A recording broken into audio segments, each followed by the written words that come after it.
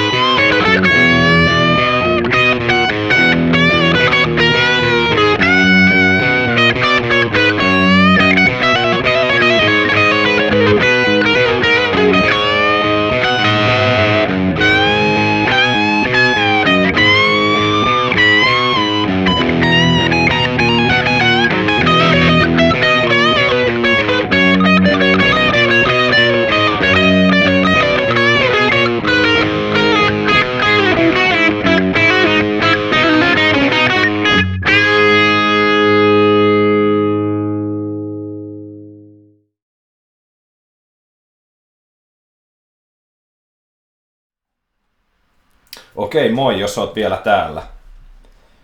Kerrotaan vähän tästä äsken soineesta biisistä. Mä pyysin Slashia hidastamaan vähän niissä kaikista vaikeimmissa nopeissa kohdissa, että me saatais paremmin selvää niistä. Ja mä oon Slashin luvalla tehnyt näistä tabit, eli kitaranuotit näistä sooloista. Mä ajattelin käydä nämä läpi, jos nämä kiinnostaa.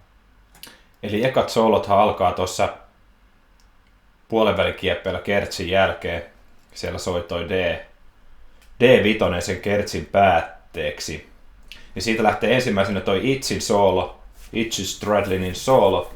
Siinä Slash soittaa tämmöstä rocki groove-komppia B5 Fizz vitosesta. Itchy soittaa hyvin pitkälti tommoselta B5 mollipentatonisella haiskahtavaa settiä, mutta se lisää sinne kyllä kaikkea mielenkiintoista. Sitten siellä on semmoista niinku mollisoundia ja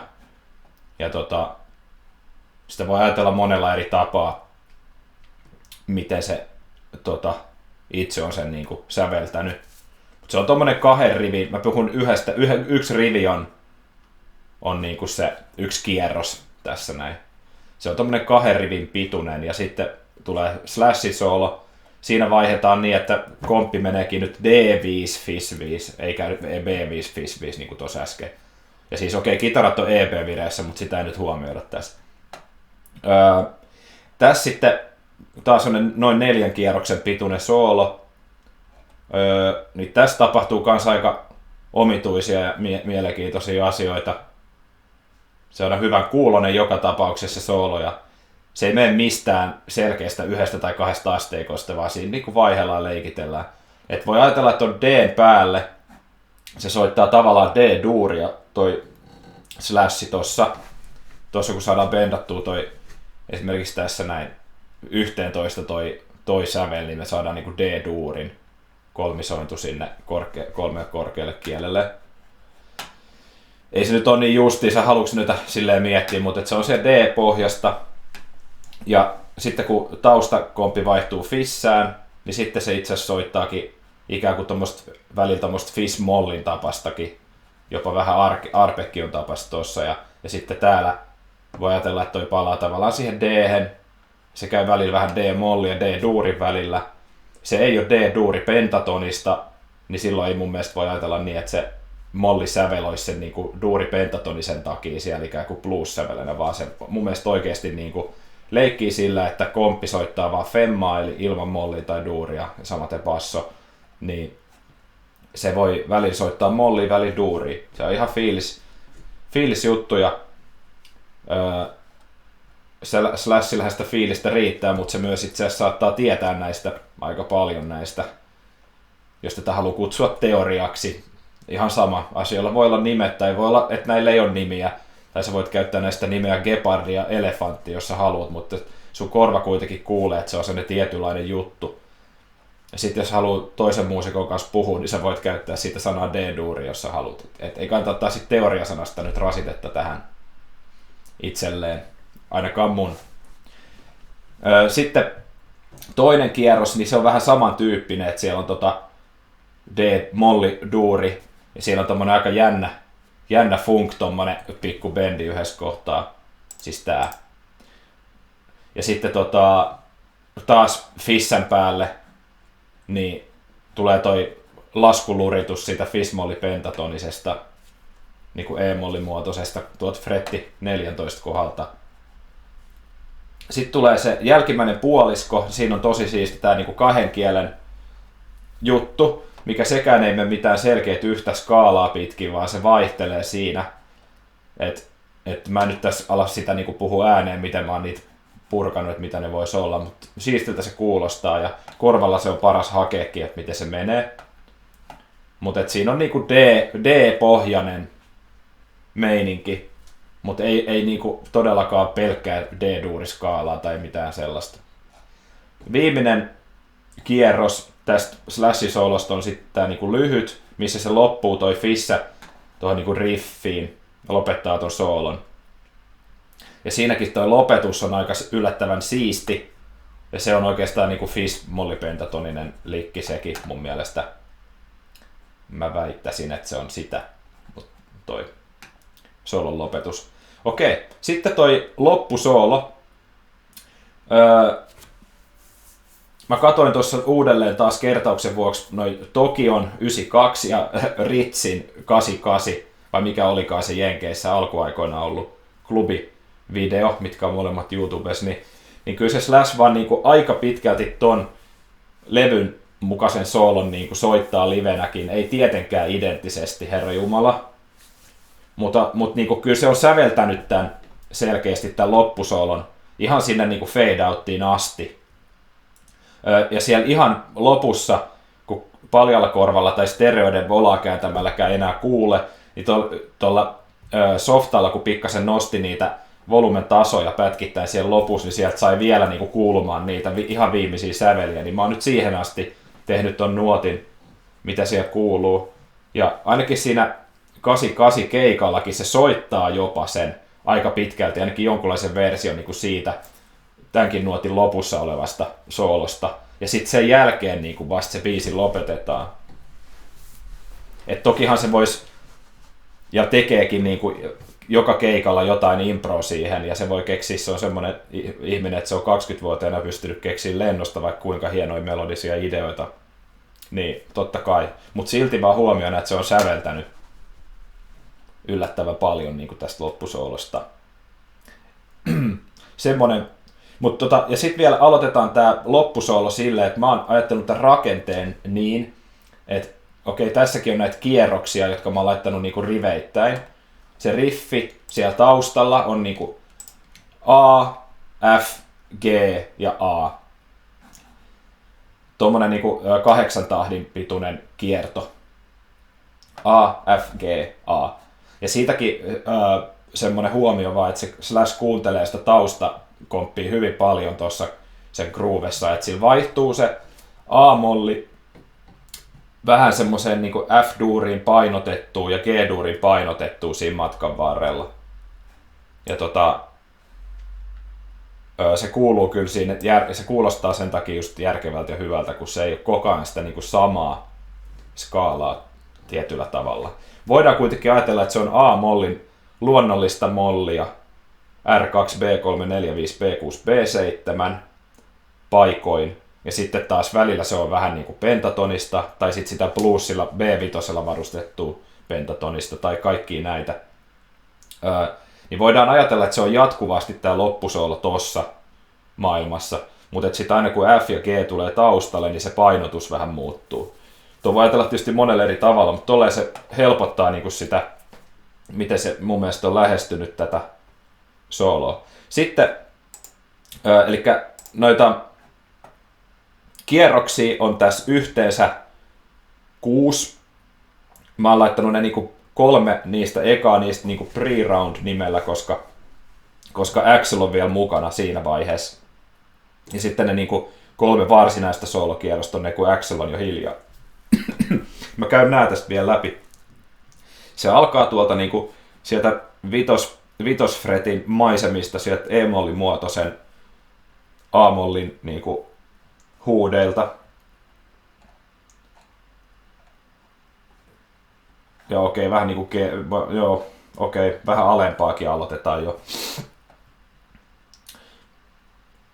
Ja heti eka kierros loppuu tuohon härskiin tilutteluun, mistä on tosi vaikea saada selvää ja tosi vaikea saada soitettua. Ja siinä on niinku kans tulee toi sävel 7 mukaan hetkellisesti, jos nyt haluaa olla niin tarkkana. Ja sitten tulee toi toinen pre-roundi tossa, niin se aloittaa mennä pikkasen tonne korkeimmallekin, mutta se pysyttelee vielä edelleen niin tossa, että korkeimmillaan se käy just siellä niin korkeassa A:ssa ja ehkä C:ssä. Sitten vielä kolmas pre-roundi, niin sitten aletaan nostamaan. Lähdetään siitä samasta kuin tokallakin kierroksella, sieltä niin toi bendi tuohon E-säveleen, eli siihen A-vitoseen. Mutta sitten kun tausta vaihtuu F, niin lähdetäänkin nostaa, toi pääsävel nouseekin A-han, eli tuohon F3. Sitten kun mennään G-hen, taustakomppi G-hen siis, niin nostetaan edelleen tonne korkealle D-hen asti jo. Nyt aletaan olla sitten jo tuolla korkeammassa positiossa. Jos haluaa näitä muotoja ajatella, niin mä niinku itse mielen, että toi on semmoinen niinku B-molli, sis-molli muoto, missä nyt ollaan, kun siinä A on se ruutti eli pääsäveli sen ympärillä, se on tuolla kätevin ehkä soittaa tossa. Ja sitten kolmas kierros, viimeinen pre-roundi lopetellaan kanssa tähän niinku ihan härskiin groovaavaa tiluhommaa, missä se niinku pudottaa sen takas tonne mistä aloitettiinkin sinne E-mollin muotoon siellä 5. fretin kieppeillä ja sitten se niinku NS varsinainen soolo alkaa, jos niin haluaa ajatella, niin siinä tulee heti alkuun tää nosto tänne takaisin tonne ylemmäs. Toi on tosi hieno nosto. Ja siinä tosiaan ikään kuin oltiin hetkellisesti tässä D-mollin muotoisesta ja 7 fretin kieppeillä ja sitten noustaan tonne niinku sis-mollin muotoon eli tonne 10 fretin niinku kieppeille ja sitten lopulta ollaan täällä A-mollin muotoisessa shapeissa tuolla niinku 12 fretin hollilla. Ja sitten siellä pysytellään ja vedetään taas loppuun tommonen siisti tilu. Toinen kierros alkaa sitten sieltä A-molli-positiosta, sieltä 12 fretin huudilta. Siinä taas mennään niinku F ja G taustasoinnu, tai taustasävelen mukaan. Tässä alkaa jo fade outtikin purra. Ja sitten nämä alkoi olla aika hidastettuja tuossa äskeisessä slashin vedossa, niin näistä saattoi saada vähän paremmin jo selvääkin. Nämä on niin kuin hyvin vaikea kuulla, että miten nämä oikeasti menee, ja sitten kun toi oikeasti tosi nopea tempo, missä se soittaa, niin se on hyvin vaikea saada groovaamaan, että se ei kuulosta sellaista hätäseltä. Mutta nämä on ehkä kaikki ihan mietittyjä juttuja kuitenkin, vaikka tässä on tosi nopeitakin ja epämääräisen tuntuisia kohtia. Tää edelleen ollaan siellä A-molli-position tuntumassa. Ja sitten vaan tulee toi viimeinen kierros, minkä fade-out jo poistaa korvista.